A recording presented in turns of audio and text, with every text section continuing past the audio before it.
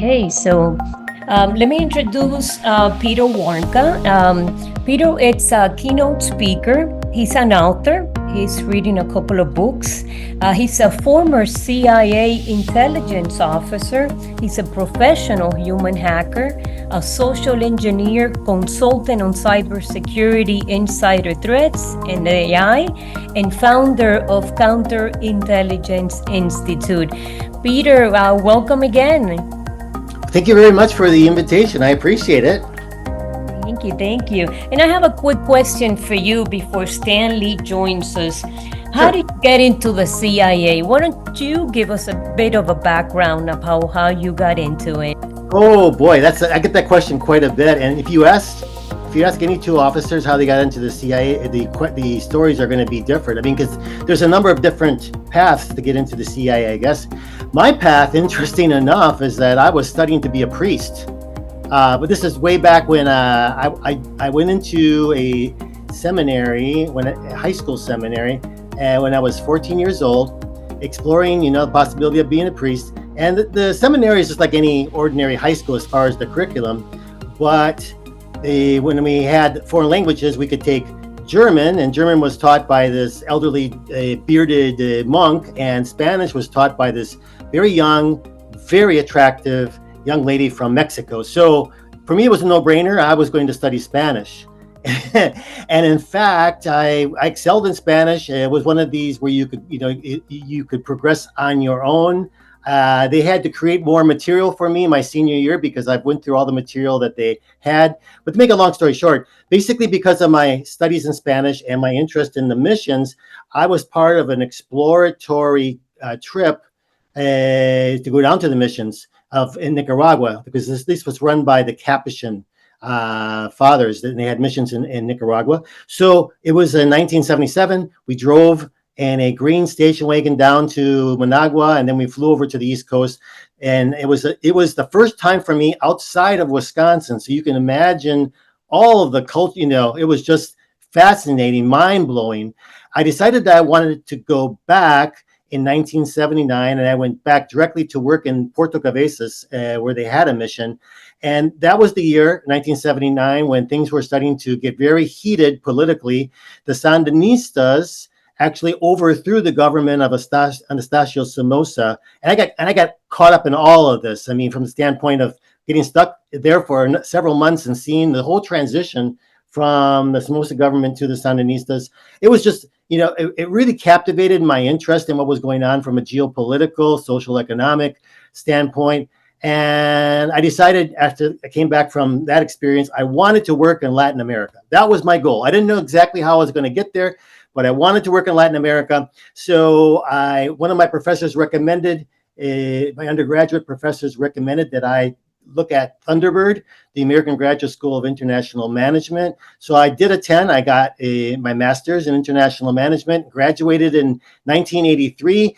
Times were so bad from an economic standpoint. The job market was so bad. You can believe that there is a pub on campus that literally would give you a pitcher of beer for every 15 rejection letters that you got. I mean, I think I've never heard of that before. That's great. I've never heard But that that was so things were bad. And I just, I graduated. I had my resume in hand. I just walked up and down the streets of Dallas, Houston and Miami. And I fortunately got a job working for a bank, a international bank that had their ownership was pretty much European, French and Italian, but they had branches throughout all Latin America. So I worked in their private banking department. And because I thought banking was going to give me a sort of a step into opportunities to work for, clients, eventually get myself into Latin America. In fact, this bank had a lot of operations to Latin America. So I really hoped that was going to take me to work for them in Latin America. After 4 years, I got very itchy elbows because nothing really materialized. And so I decided to apply to other banks.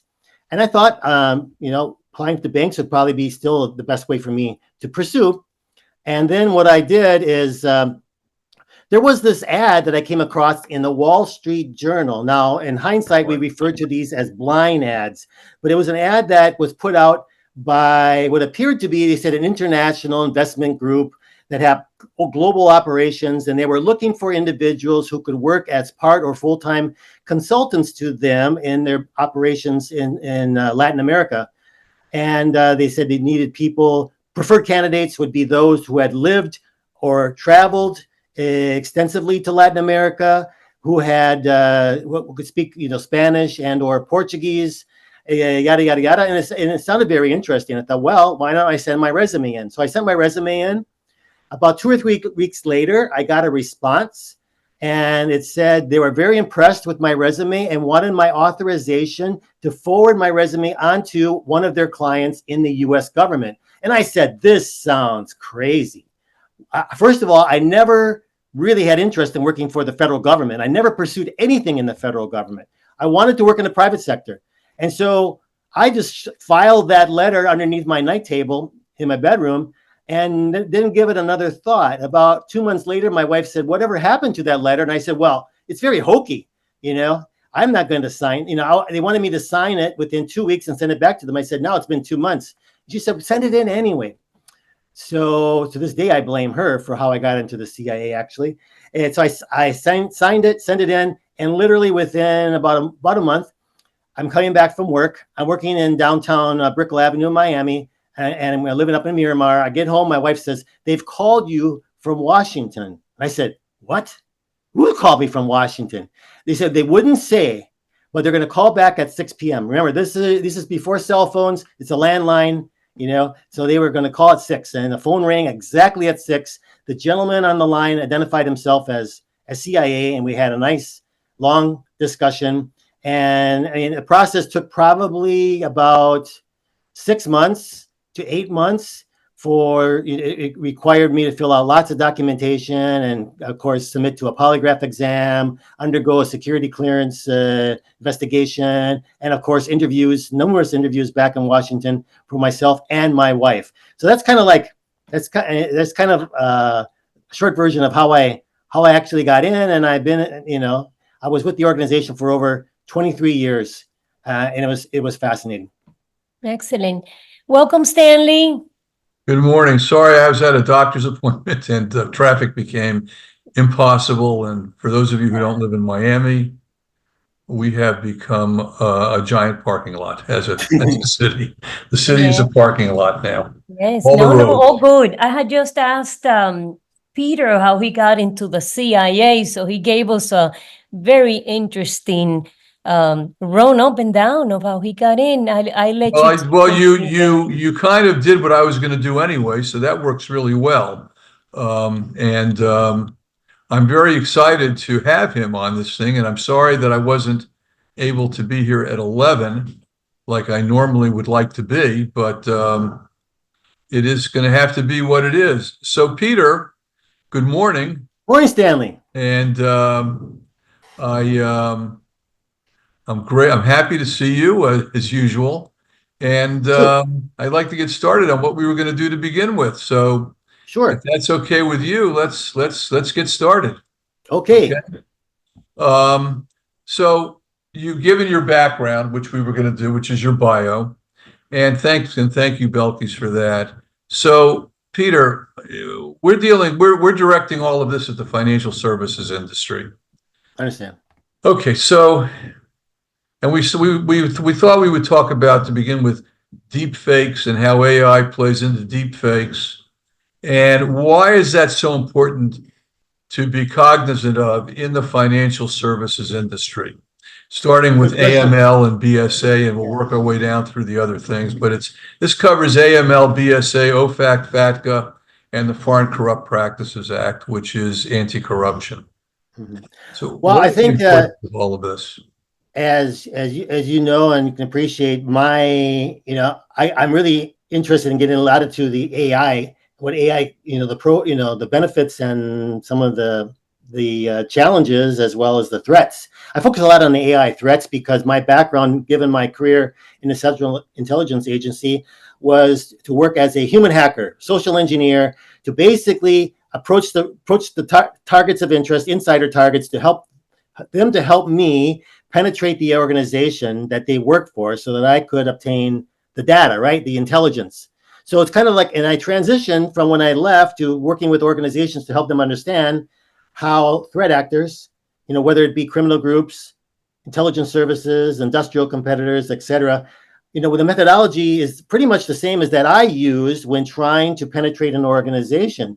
And so there's two parts of this. The first is gathering the information that's available on the target entity, as well as the potential insiders that might be targeted. And before, it used to be, it would take a long time and not so much information was available. Remember, I got into this before the internet, and the internet now makes so much more information available. But now with AI, to be able to collect the data on organizations, to collect the data on individuals, it's such a force multiplier. So we can just take an example, such as Chat GPT, which I'm sure everybody in the audience is familiar with. This tool, like a number of other AI tools, has guardrails on it, meaning that it's subject to regulations, it's subject to ethics, and the organizations that have come out with this technology are very careful to try to ensure that it's not being misused, that it's not being used by threat actors. So if you were to do a search on Donald Trump or any politician or celebrity, you would normally get a lot of information on them. But if you were to do a search probably on Peter Warmka or Stan or any normal person, let's say, the amount of information that's provided is going to be very, very, very minimal, because it's not going to be scraping the entire internet. Although it has that capability, it is not going to provide you with that. You take off those guardrails and you got fraud GPT, which is on the dark web, that can collect all that information, that targeting information, that instead of spending hours and hours and hours to get a fraction of that through hard work, we can get that in a matter of a few minutes. So we got that data, right, that can be used for targeting. Then we have the actual approach. We can decide how are we going to approach that target, the individual that works inside that organization. And there's a number of different ways that we can approach them. But any approach that we use, whether it's through an email, a text message, a telephone, social media profile that we're using, or telephone call, or even face-to-face, for that to work, it's the target has to be vulnerable in the sense of trusting in that approach, trusting that that individual is who they say they are. And I think out of all the cultures, I mean, I'm familiar with quite a few cultures. I've traveled and lived over 67 countries. That we Americans tend to be the most vulnerable to naturally trusting pretty much everybody. I mean, I was taught by my parents, you trust everybody until they give you a reason not to. I got burned so many times with that approach when I went overseas, that I learned now that I got to be very, I got to understand how the structure is in a particular society. Some places you only trust your immediate family members and your friends that you went to school with since you were in kindergarten. Compared to here, we tend to trust everybody. And so what happens with AI, with deepfakes, is that it serves primarily to enhance the trust factor, because now it's not just reading, an email that maybe has somewhat a few grammatical errors. Now they're reading emails that are perfectly written in manipulative language. These red flags don't show up anymore. Or if there's a social media profile that before, maybe it was kind of weird how the progression of this profile came about, or the picture, we could look up that picture, we could do a reverse image search and find that picture does not belong to that person, it belongs to somebody else. Or, let's take a case of voice cloning. I think most people have heard about that before and how it's been used in a number of incidences against organizations, against financial institutions, as well as, against individuals in the grandparent scam, for example. But so it creates now this added trust. There's a phone that's ringing. I got a phone that's ringing. And many times the first line that was used before AI, you have the caller ID that can be spoofed. So I can see my phone can be ringing. I can see, it's my bank calling me, or it's my boss calling me, or it's the school that my kids go to. I automatically trust that call is coming from that organization. Okay. And then we have AI now with voice cloning. Not only do I see that telephone number, caller ID popping up, I hear the voice when I answer. I hear the voice of my boss. I hear the voice of a client. So it basically, it's leveraging that technology is leveraging and exploiting that trust factor and making it more and more difficult for people to second guess that this could be fraudulent. They automatically So, it's real. so what you're saying is that you're able to reproduce familiarity Oh yeah, using absolutely. AI, and that familiarity automatically triggers a certain level of confidence or trust in whom you're speaking with. Yeah, and And you know why it works though is that we as social engineers, I consider myself still a human hacker, social engineer, and I do it. I mean, I've done it for all my career, so I might sometimes sound like I'm identifying myself with the bad guys. It's not. I mean, you got to kind of be one to know one and how to protect yourself. So I say we, okay, but I'm pretty much on the. I'm a white guy. I mean, well, white versus gray versus black. We call that ethical hacking, right? But okay, so social engineers basically what they do is they will exploit humans to circumvent the technology, policies, and procedures put in control to safeguard the organization's data, right? So there's policies, procedures put in place, and there's technology controls. I mean, you have a lot of technological products, but if we social engineers can approach that human target and get them to help us circumvent that, that's all we're doing, right? okay, That's so what we're doing. let's get a little more focused on where there's 40 some odd people, as last time I checked, listening to this webinar. And how would you go about penetrating some of those organizations that those people work for? How would you Okay, go so we're about talking about doing that today? predominantly financial services. Okay, so yeah, so the starting point is always understanding what the objective is. You know, what specifically, what kind of information, what do I want to accomplish by penetrating an organization? Let's take a really good example. Let's assume that I'm wearing a black hat. Okay, I'm a bad guy. Yeah. And I want to utilize an organization for either a violation of anti-money laundering laws, or I want to use it to assist me to avoid OFAC sanctions, or I want to use it as a depository for the proceeds of corrupt transactions with government corruption. How would we use AI to penetrate? How would I use AI to penetrate that organization's uh, firewalls that they've constructed to help prevent that? Okay, so you gave me a number of different types of objectives, but yeah, in any case, it Well, could be pretty much the we could same. do I it think one by across. one, or we could just pick one. It really doesn't. It's not going to be the idea is so that they get an idea on the listening side how a person with your background or similar with you, or even not with your background, but who has your knowledge base, could go ahead and penetrate their organization and create the possibility of stolen funds, misdirected Yeah. funds, Okay. put them in a position to receive fines and sanctions from government. Okay. Okay. It's really, I mean, it's easier than it may sound. I mean, this is, let me give you a really an example that I know works. I used it many times, and I know that is being used currently today.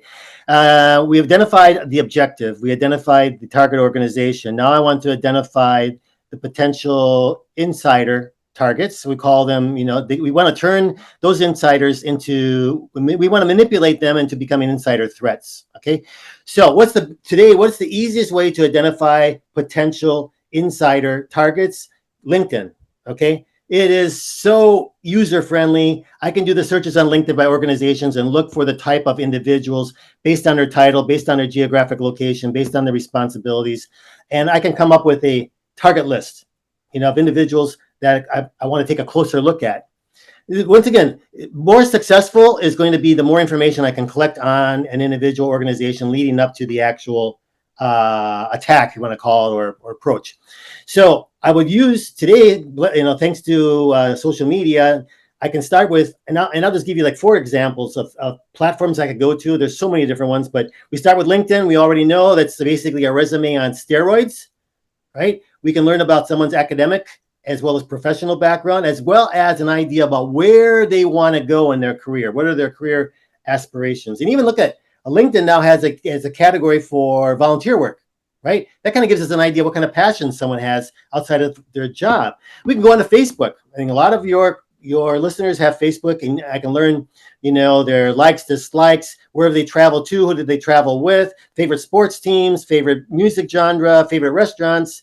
Where pictures are worth 1,000 words, we can get a good idea of their social economic So status. you're going to use AI and your tools Yeah, to create an unknowing inside threat actor for an yeah, institution. Is yeah, that correct?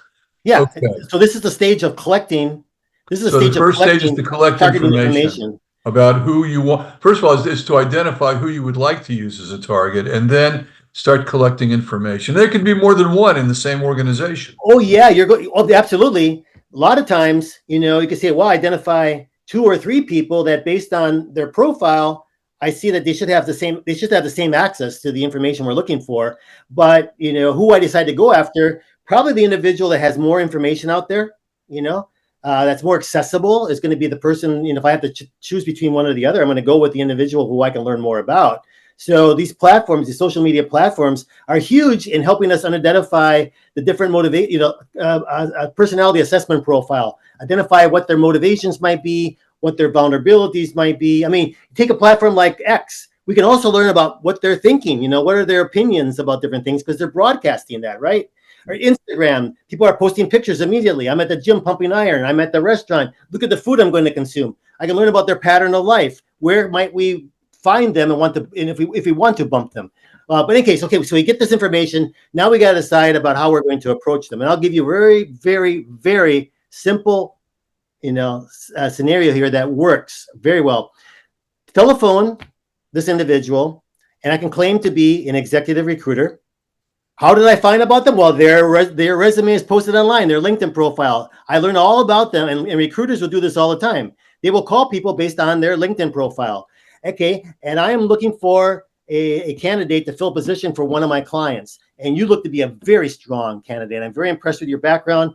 And in general terms, the position is a higher position than what you currently have, greater benefits, and of course, greater compensation.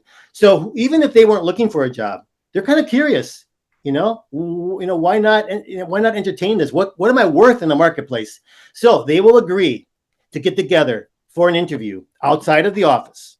It might be for lunch, it might be for coffee. It's like a normal interview questions, and we will incorporate within those interview questions elicitation, meaning we're able to move that what appears to be a very casual conversation along to different points of information that we're trying to collect without it making it look like we're asking those direct questions. That's a whole nother topic. Okay, so we're interviewing, we're using elicitation, and after that 1 hour, hour and a half, we got a lot of information about them, and a lot of times we got sensitive information about the target entity. And so we will come back to them again and say, you're in the running with one other person, regarding this position, and we kind of string this along a little bit, and all of a sudden, nope, the other person was chosen. Then there's another opportunity, and we string that along. Then another person, was chosen, and their ego becomes kind of deflated, and they become really, really, kind of like, it's like bummed out. And then we say, listen, you mentioned to me early on that you would be interested someday in becoming an independent consultant in the industry after you gain more experience. I think I found a great opportunity for you to get into this now. You do not have to leave your current employer. You can keep your compensation, your benefits, but work as a consultant to my client on the side, talking about the industry, providing your insight about what's going on in the industry. And of course, how does your entity fit within the industry? What are some of the things that you're doing? And what are some of the challenges that you're facing? And they will agree. First of all, we developed some trust with them now because we dealt with them for a few meetings. They trust us. And we're recommending that this could be a great opportunity for them. They will be paid several $1,000s per month on the side to get together with the client. It could be personal get-togethers. It could be getting together. It could be just sending the data over. And they begin this process of being very accustomed to receiving this money on the side. And that becomes part of their lifestyle. And they trust, and it's in a relationship that's very secure in their minds. They sign a non-disclosure agreement, right? It all looks very legit. And this can go on for as long as it's beneficial. Maybe it's a short-term thing. Maybe it goes on for several years. And I've seen cases where this goes on for over 10 years, where organizations do not realize that they've been breached, because it does not appear as a normal data breach, but they're hemorrhaging information. And this is a very simple. This is one of the ways that I would look at penetrating pretty much any of the organizations that are represented on this. So the person that's approached is engaged unknowingly Correct. in an activity which is inherently corrupt. But, and there's issues here. There's questions that I have.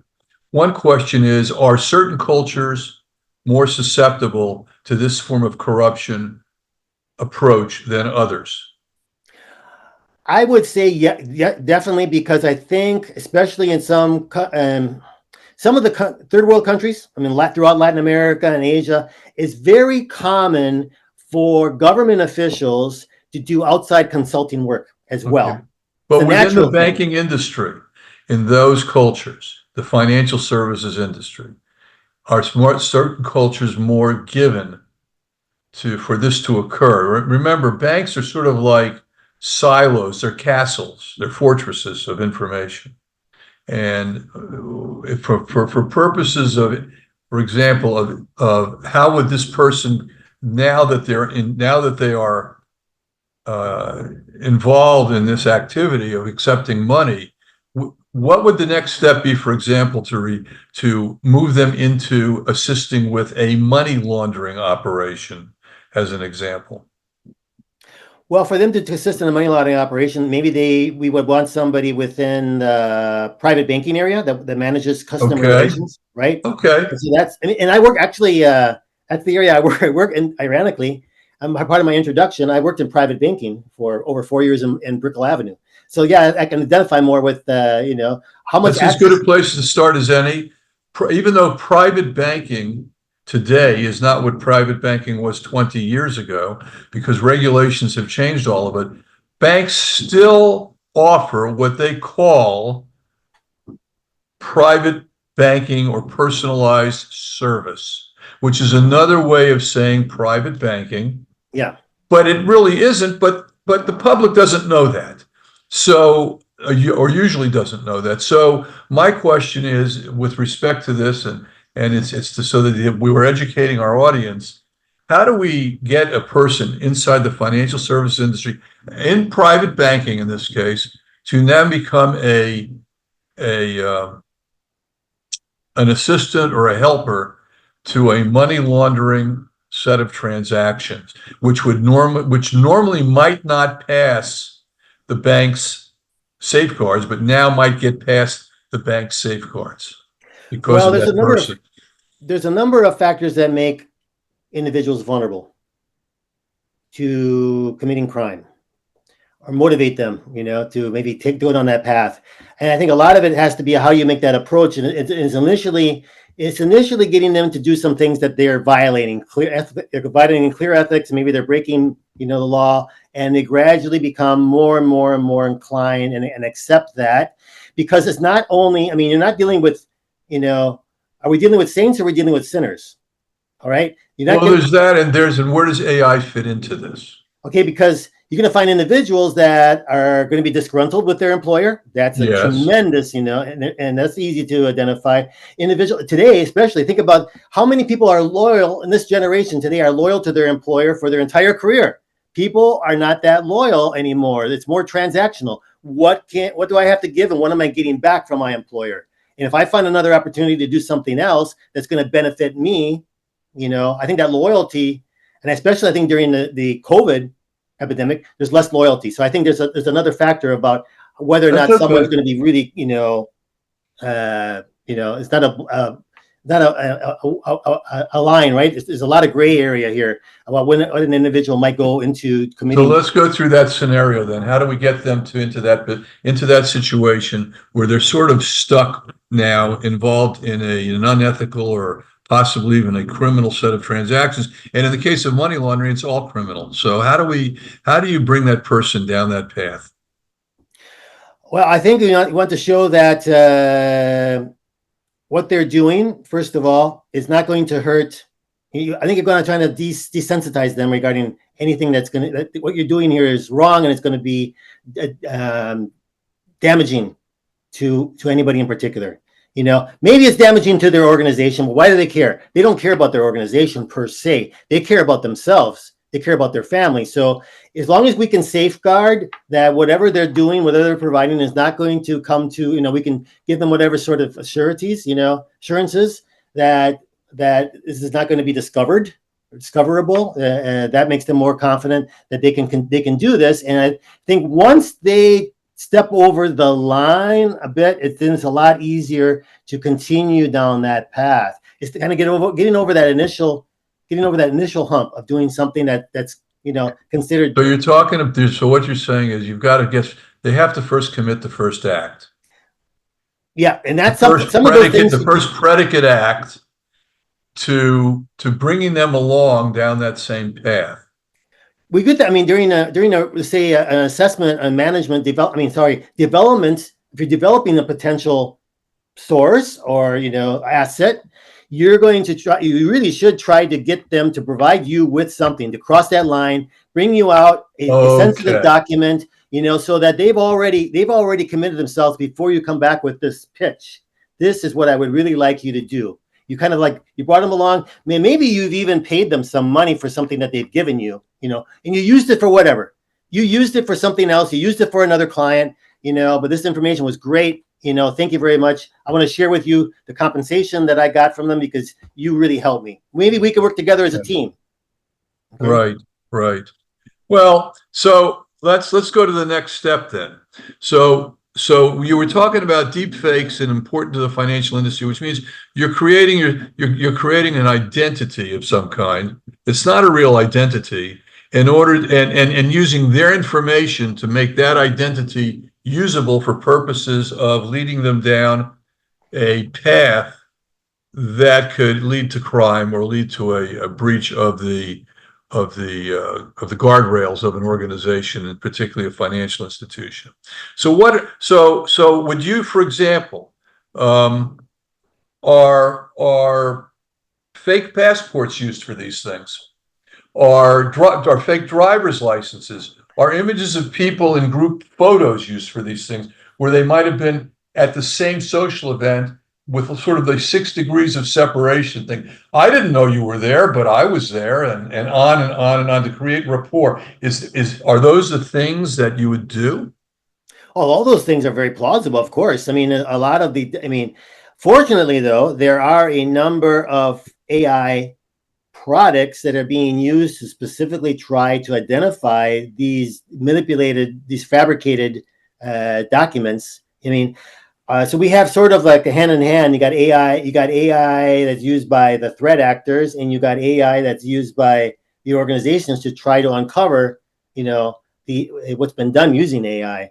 And so there's a lot of tools that are in the process of being developed for trying to be able to conduct due diligence on current clients or potential clients. You got also the same kind of products that can be used for helping to onboard, due diligence on individuals you're looking to onboard. We could also. I think that's a great spot and the onboarding process is a great spot to use these tools.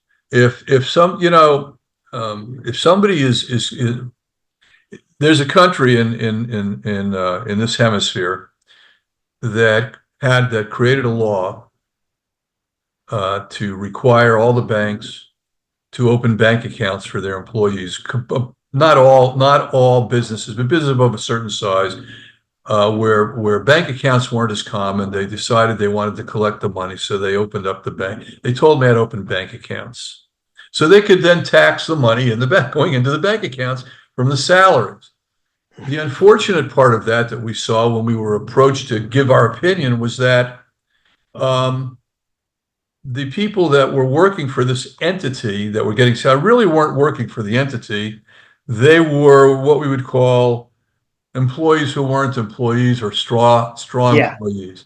They were there just to have a name on an account so that money could go in. But the money that was being deposited into this business, which was in a pretty much a cash society, was all money from illicit transactions such as drug dealing and weapons and all kinds of things like that.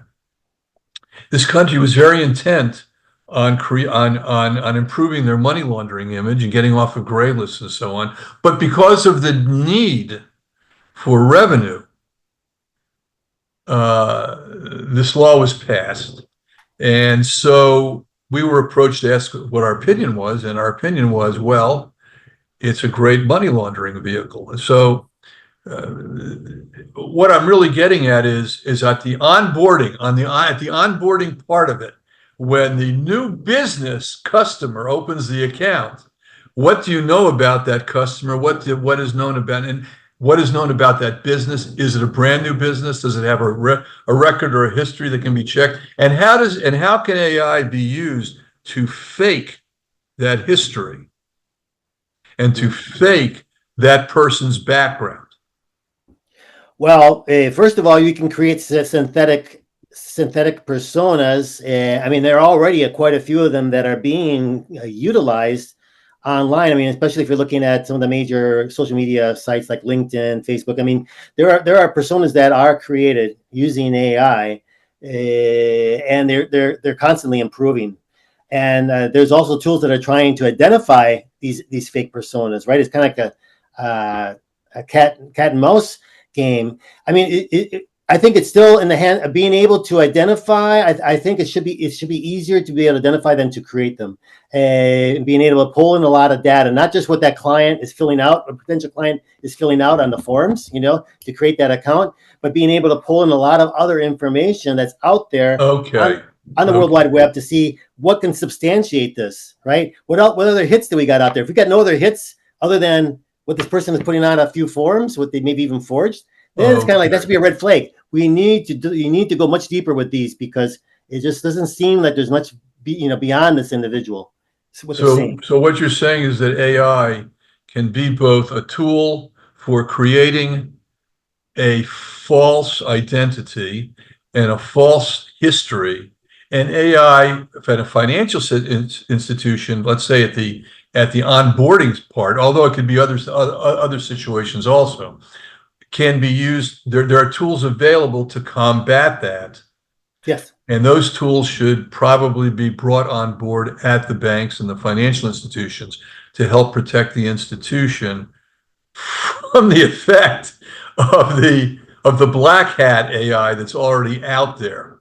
So is this familiar in your experience? Is this familiarity with these tools being widespread enough? Do institutions need to start to think about investing in them and training people on how to use them? I think we're just in the very infancy stage. Behind the curve, let's say, and being able to understand. And a lot of these products are, and I come across, I came out with a list of like 15 pages long of different providers of tools, AI tools that can be used for detecting deepfakes, whether that's images or videos, to be able to detect deepfake voice cloning, and also to be able to tools that can be used for onboarding, to kind of like be able to analyze documents, driver's license, passports, to see whether or not those are real, and a lot of other things that can be utilized from an AI standpoint. I came across this list, and if anybody is interested, please feel free to reach out to me, and I'll be happy to send it. And this is just now. This has been a number of companies that over the last few years have developed these products, and they're continuously being rolled out. And I think the biggest part here is just there's a lack of awareness, and this is a big shift for any company, especially in regard to financial services, to start looking at these different tools. But I think there's no other way. Going to have to go down that path, and the sooner the better, because the learning curve is continuously becoming wider and wider, because things are evolving so rapidly. And so I highly recommend, it's not just understanding how threat actors are using AI, but to really learn, okay, what's out there available. Most of these products are not free. Okay, there are a few things that I mentioned even in my resource guide that are free to the general public. But most of these, they're in it to business to business, to sell these products to organizations, right? So the tools are being utilized. They're being offered. They are being utilized in some cases, and I think they're working also with these vendors, kind of like also helps them understand greater how the different threats that they're encountering, from a standpoint, and what needs to be addressed, what needs to be changed, what needs to be enhanced.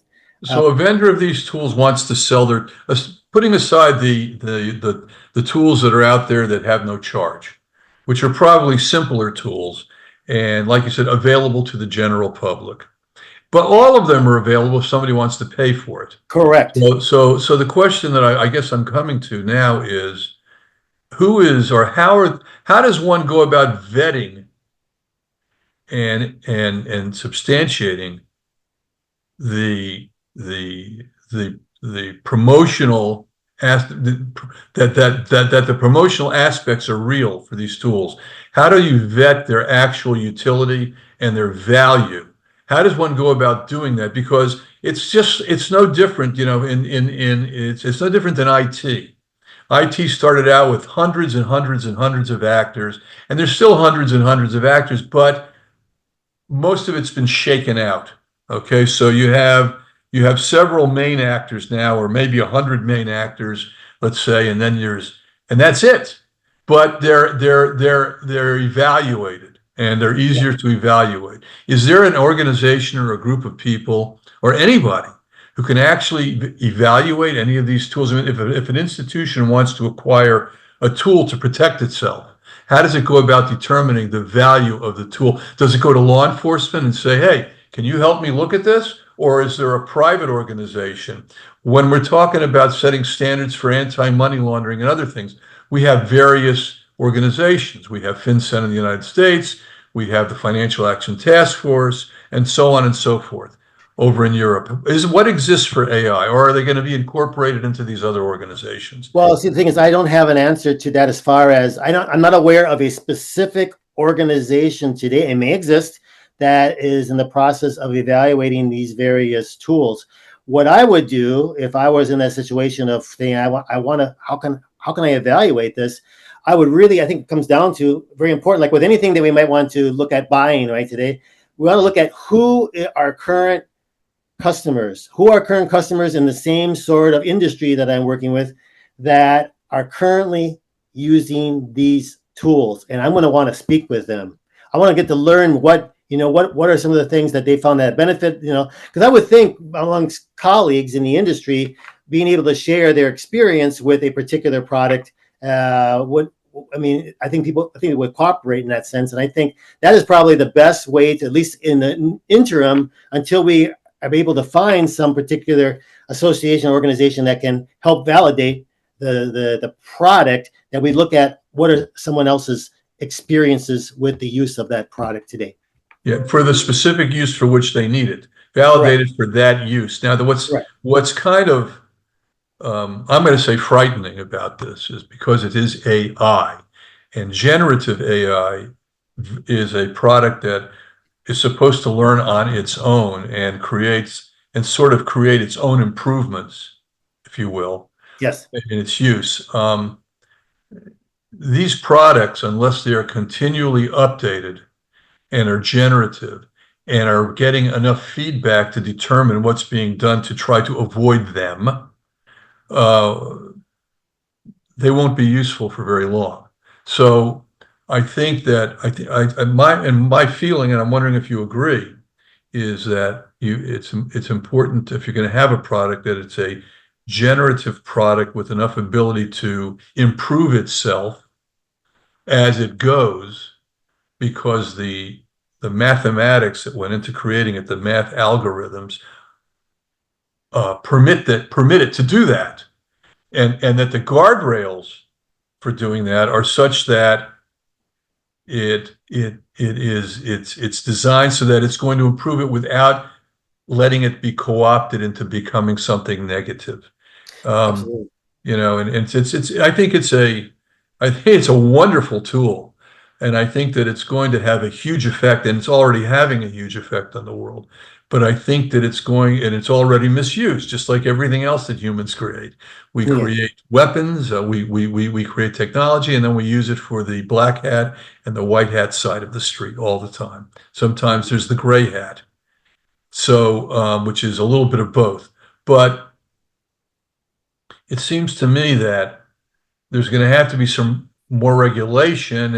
And with that, I want to jump into regulatory agency convergence on a worldwide basis, because we are seeing a regulatory convergence. And where is AI going to come in to helping regulators and law enforcement that are supposed to protect us to employ these tools? How are they going to go about it? Are we going to see an overarching? Do you think we're going to see an overarching AI set of tools that pretty much everybody is using from that perspective? Or are we going to have a series of tools that can talk to each other?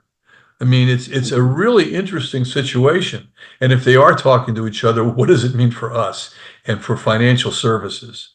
I mean, it's really One thing that amazing. concerns me, though, is I think we're also very, very behind in our government's understanding of AI, you know, Okay, because our regulations here in the United States, I mean, especially if we're looking at, I'm more interested in the area of AI used, by the bad actors, right?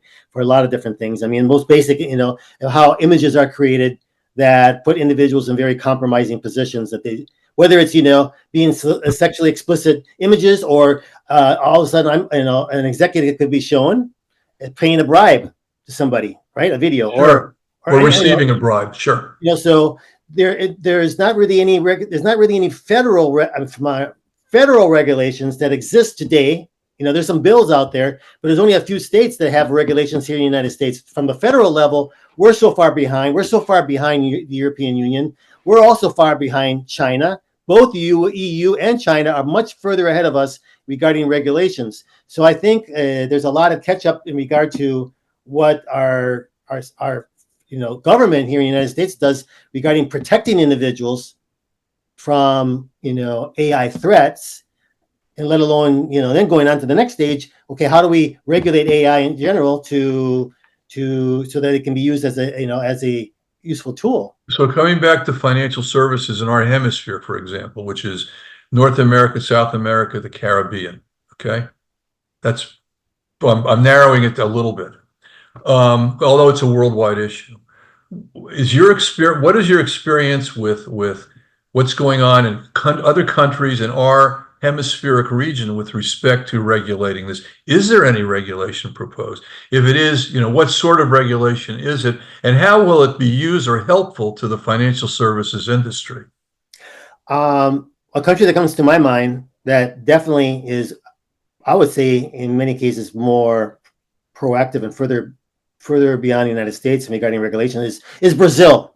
Brazil and their initial interest in looking at how to regulate AI, especially the generative AI, is because of interference in the elections, right? And they've gone through this, and there's been a lot of cases where they've come across, fake news, different propaganda that's been made using AI, and it has been disrupted to the election. So the Supreme Court in Brazil has really, really done a lot in trying to. I mean, they've even established specific organizations to do what you were mentioning earlier about how to regulate, AI, not just from the standpoint of protecting civilians against these type of threats, but how do we use this within an industry? So have they developed anything for financial services? I'm not aware specifically if they have. Okay, so I think that where this webinar is based on is directed for financial services, and so I think the alarm bell that you're ringing is that the financial services industry is quite vulnerable. That this is what I've heard. The financial services industry is vulnerable for a number of reasons that you've mentioned. There are tools that they can acquire that they would have to invest in financially to protect from these intrusions, these threats, and at the same time, there are continual tools being developed by threat actors to overcome their own tools. And so what they need is a form of generative tool to help them stay ahead of that curve. And then the next question is, if they want to acquire a tool, they have to find a way to vet that tool and determine whether or not it does what it says it's going to do.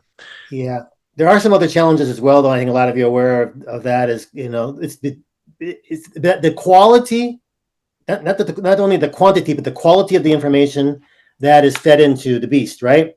Because if Right. the quality is not very good, the outcome is not going to be very good. You're going to have could have bias, of course, in the system. You open yourself up to with some of these tools, privacy violations, Right. right? And other legal, and potential legal problems. So, I mean, I think eventually we're going to get there. I think eventually it's going to be a lot better. But I think during this stage where, you got to be realized that there's going to be some other challenges and potentially legal issues when you start to use some of these tools out there. So we're going to have to go through this process, right? You mentioned privacy, and I have a question. What's your opinion? Um, do you think that you took privacy question? It's a huge issue in Europe. It's a growing issue in the United States, with California leading the way on privacy issues, has been for some time. And it's a big issue also in Latin America. Part of the reason their financial structure is the way it is, their corporate structures are the way they are, is because of privacy reasons, which I think are well taken. So, in order to achieve this level of protection that we're talking about for financial services, is there going to be a sacrifice at some level of privacy for individuals? That's my question, because I have a sinking feeling that there will be. Oh And yeah, so, I believe undoubtedly there will be. And first of all, I would say most people have already given up their privacy. They've given it up. They've given it away without necessarily thinking about it, but they have. I mean, when people talk about privacy, I'm thinking, really? I mean, individuals are probably the biggest violators of their own privacy. Then we combine that with how many. I mean, I get one of these every couple months. I've been victimized by a data breach. And we're sorry, but your data was potentially compromised. And I've got a whole bunch of those by now that I know, like, at least 8 or 9 of those letters that I have in my files here. And so all this information that organizations, I mean, maybe even including some financial institutions, have had access to this information, and there have been stewards safeguarding this information. But then pretty much all the Americans have had their information already compromised, disclosed. It's out there. would you say that's probably true for the entire region? Yes. Okay. Well, I think especially the United States, Brazil, maybe some of the other smaller countries, not as much, but yeah, I think for the most part, It's an ongoing process of deprivatization, so to speak, of people's privacy. I think that we're running up to the end of this. I'd like to know if there's any questions that we might be able to answer from anybody. If there are, please feel free to let us know. And I think that what we've done is we've opened up the door to a lot of other questions, because we haven't been able to give the hard answers we'd like to give, other than the fact that there are tools out there that can be acquired. And I think that if people are interested in acquiring those tools, if they get back to us, to you in particular, you can help them with that. In our case, we look at it from a different perspective. We're generally there. In many cases, we're there after the horses have left the barn, or the cattle have left the barn. We're there after the damage is done, trying to analyze it and help people recover. Although we are available for that purpose, but we're not here to sell something. We're here to provide information that you, as a financial institution, can use. So be aware that there are tools available to you. Peter has a list of those tools. He's happy to provide them at no charge. And you're going to have to go through your own process of vetting and figuring out the value of each of those tools for yourself. And I think you said there was 15 pages of these tools. Yeah, so as you mentioned, I'm not endorsing any of these. These are just ones. Exactly. So with that, I'm going to turn it back over to marketing and just find out if there's anything else that we can do. Hold on, I seem to be getting. No, that's something else. So if there's anything else you'd like to add before we get off, Peter, please feel free. And we'll go. Well, once again, I appreciate the opportunity to be on this webinar today, and I would like, I welcome contact. If the best ways for people to reach out to me, if they wish, would be my LinkedIn page. I mean, there's a lot of information there, as well as, I'm happy to connect with anybody, any questions that you have, as well as my website. Is your LinkedIn page protected from intrusions and from the use by bad actors? I get lots of bad actors that approach me, but hey, I don't know if you're aware, but there are over 1 billion LinkedIn profiles in existence today. 15% of them are fake.